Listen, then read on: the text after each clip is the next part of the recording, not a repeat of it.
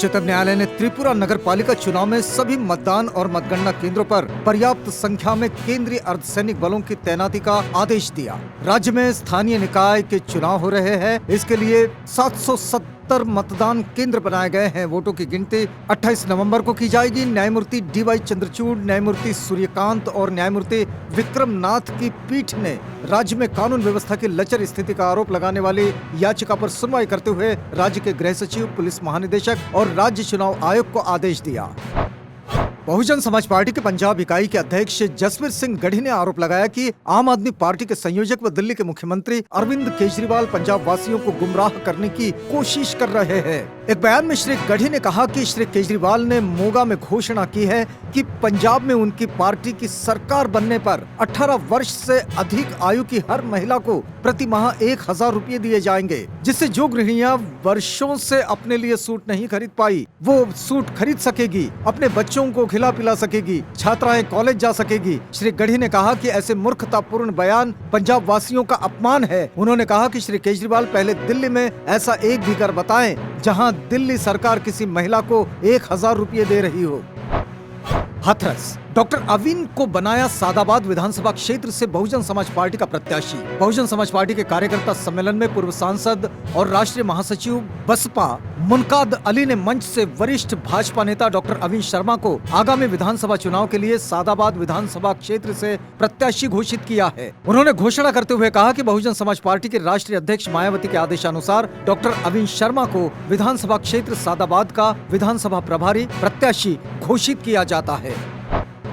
मुलायम सिंह यादव से मिले राजा भैया, अखिलेश के साथ गठबंधन की अटकलों पर बोले सियासत से ना जोड़े। अगले साल यूपी में होने वाले विधानसभा चुनाव को देखते हुए समाजवादी पार्टी लगातार छोटे दलों के साथ गठबंधन कर रही है और अब तक उसने कई छोटे दलों को अपने कुनबे में जोड़ लिया है। अभी तक समाजवादी पार्टी जयंत चौधरी की RLD, ओम प्रकाश राजभर की सुहेलदेव भारतीय समाज पार्टी जैसी कई छोटी पार्टियों को अपने साथ जोड़ चुकी है और गठबंधन बना चुकी है। वहीं आम आदमी पार्टी के सांसद संजय सिंह ने लखनऊ में पूर्व मुख्यमंत्री अखिलेश यादव से मुलाकात की। वहीं आज पूर्व कैबिनेट मंत्री राजा भैया ने मुलायम सिंह यादव से मुलाकात की है, जिसके बाद राज्य में सियासी माहौल गरमाया हुआ है।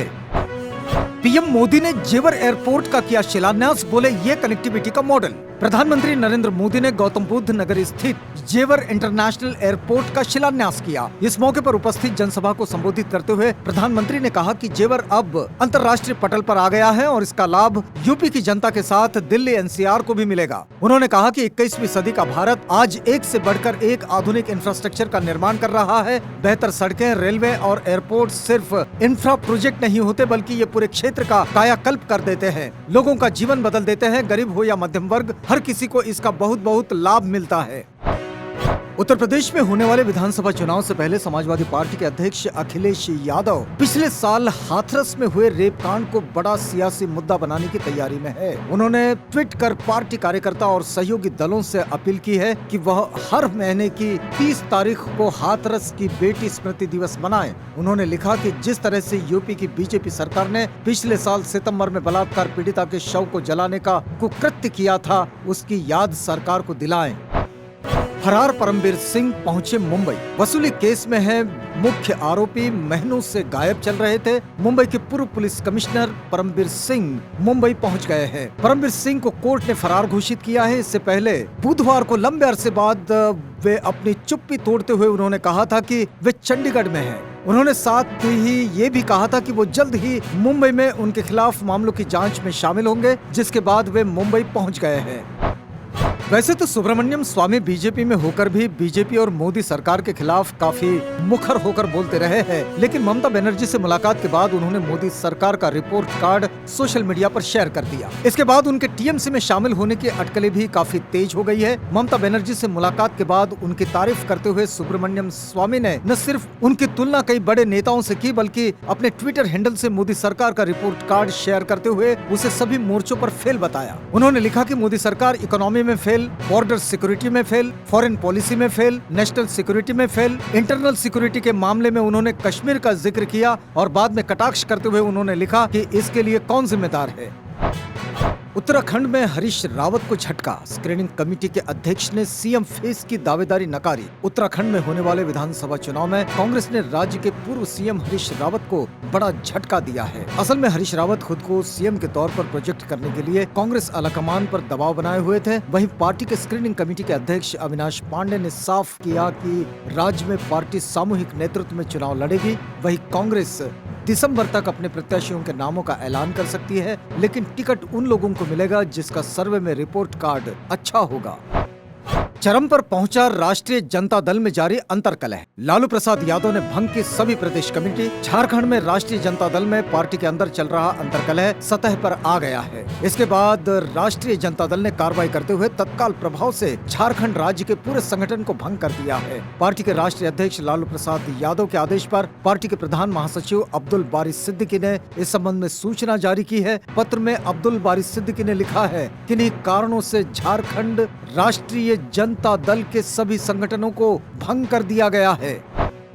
मेघालय के पूर्व मुख्यमंत्री मुकुल संगमा ने थामा तृणमूल का दामन। 18 में से 12 कांग्रेस विधायक टीएमसी में शामिल। मेघालय में कांग्रेस को बड़ा झटका लगा है। यहां राज्य के पूर्व मुख्यमंत्री मुकुल संगमा ने तृणमूल कांग्रेस का दामन थाम लिया है। इसके अलावा 11 अन्य कांग्रेस विधायकों ने भी टीएमसी ज्वाइन कर ली है। बड़ी बात यह है कि इस घटनाक्रम से पहले राज्य में कांग्रेस के 18 विधायक थे। इसी के साथ टीएमसी अब मेघालय में मुख्य विपक्षी दल बन गई है। एनसीपी यानी कि राष्ट्रवादी कांग्रेस पार्टी के सुप्रीमो शरद पवार ने पीएम मोदी की कृषि कानूनों को वापस लेने की घोषणाओं पर कटाक्ष किया है। पवार ने कहा कि यदि कई राज्यों में आगामी विधानसभा चुनाव नहीं होते तो कानूनों को निरस्त करने का निर्णय नहीं लिया जा सकता था। पवार ने साथ ही एक बार फिर दोहराया कि महाराष्ट्र सरकार अपना 5 साल का कार्यकाल पूरा करेगी। आदिवासी वोट बैंक को साधने में जुटी मध्य प्रदेश की कांग्रेस। जनजातीय नेताओं की कमलनाथ से मांग, संगठन में दे जगह। कांग्रेस ने भोपाल में आदिवासी विधायकों और नेताओं की बैठक आयोजित की। इस बैठक में प्रदेश कांग्रेस अध्यक्ष कमलनाथ भी मौजूद रहे। करीब 4 घंटे तक चली इस बैठक में ज्यादातर नेताओं ने कहा कि इस समाज को संगठन में आबादी के अनुपात में जगह दी जाए। उत्तर प्रदेश में होने वाले विधानसभा चुनाव के लिए पश्चिम बंगाल की सत्ताधारी तृणमूल कांग्रेस का समाजवादी पार्टी के साथ कुछ सीटों पर गठबंधन हो सकता है। ममता बनर्जी कुछ सीटों पर समाजवादी पार्टी के साथ गठबंधन कर सकती है। हालांकि यूपी में टीएमसी का कोई जनाधार नहीं है, लेकिन यूपी में कांग्रेस में सेंध लगाकर उसके नेताओं को पार्टी में शामिल कर रही है। वहीं समाजवादी पार्टी भी टीएमसी के साथ गठबंधन कर कुछ सीटें दे सकती है। गौरतलब है कि बंगाल चुनाव में एसपी ने टीएमसी को अपना समर्थन दिया था। हालांकि ममता बनर्जी ने एसपी को कोई सीट बंगाल में नहीं दी थी। पंजाब सीएम ने पीएम मोदी को लिखा पत्र। कोविड से मरने वालों के परिजनों को 4 लाख रुपए दे मुआवजा। 25% खर्च उठाने को तैयार पंजाब के मुख्यमंत्री चरणजीत सिंह चन्नी ने प्रधानमंत्री नरेंद्र मोदी से अनुरोध किया कि कोविड-19 से मरने वालों के परिजनों को 4-4 लाख रुपए दिए जाने चाहिए। उन्होंने कहा कि 50,000 रुपए मुआवजा पर्याप्त नहीं है। चन्नी ने प्रधानमंत्री को पत्र लिखकर कहा कि उनकी सरकार मुआवजे की राशि में 25% योगदान देने को तैयार है। नहीं सुधरे तो मार्च तक यूरोप में कोविड से होगी और 7 लाख लोगों की मौत। विश्व स्वास्थ्य संगठन ने दी चेतावनी। डब्ल्यूएचओ के यूरोप ऑफिस ने कहा कि पूर्वानुमानों के मुताबिक इस महाद्वीप के 53 देशों में अगले बसंत यानी मार्च तक कोरोना वायरस महामारी से 7 लाख और लोगों की मृत्यु हो सकती है, जिससे संक्रमण से मौत के कुल मामले 20 लाख से अधिक हो सकते हैं। हरियाणा के यमुनानगर में एक कबाड़ की दुकान में आग लग गई। इस हादसे में 4 लोगों की मौत हो गई है। दमकल अधिकारी प्रमोद कुमार ने बताया, सूचना मिली कि कबाड़ की दुकान में आग लग गई है। उन्होंने 2 दमकल की गाड़ियों को मौके पर भेजा है। जब वहां आकर देखा तो आग काफी ज्यादा थी, तो 4 और गाड़ियां बुलाई गई। घटना स्थल पर 4 लोगों के फंसने की सूचना मिली थी, जिसके बाद स्थानीय लोगों की मदद से 3 बच्चों को और 1 आदमी को बाहर निकालकर अस्पताल में भर्ती करवाया गया। पाकिस्तान में इमरान खान के नेतृत्व वाली सरकार के खिलाफ पेट्रोलियम डीलर्स देशव्यापी हड़ताल कर रहे हैं। पाकिस्तान पेट्रोलियम डीलर्स एसोसिएशन ने कहा कि पेट्रोलियम डीलर्स ने इमरान सरकार पर डीलरों के लिए लाभ मार्जिन बढ़ाने में विफल रहने का आरोप लगाया है। इस मुद्दे को लेकर अब इमरान सरकार के खिलाफ मोर्चा खोला गया है। पाकिस्तानी अखबार डॉन के मुताबिक हालांकि पीपीडीए ने ये नहीं बताया कि हड़ताल कब तक खत्म होगी। टीम इंडिया टेस्ट सीरीज खेलने उतरी। भारत और न्यूजीलैंड के बीच कानपुर में खेले जा रहे पहले टेस्ट में भारतीय टीम पहले बल्लेबाजी कर रही है। हालांकि मैच शुरू होने के कुछ घंटे बाद ही टीम को बड़ा झटका लगा। श्रीलंका की टीम वर्ल्ड टेस्ट चैंपियनशिप में भारत को पीछे छोड़ टॉप पर पहुंच गई है। टीम ने पहले टेस्ट में वेस्टइंडीज को हराया। हालांकि ओवरऑल अंक में भारतीय टीम सबसे आगे है।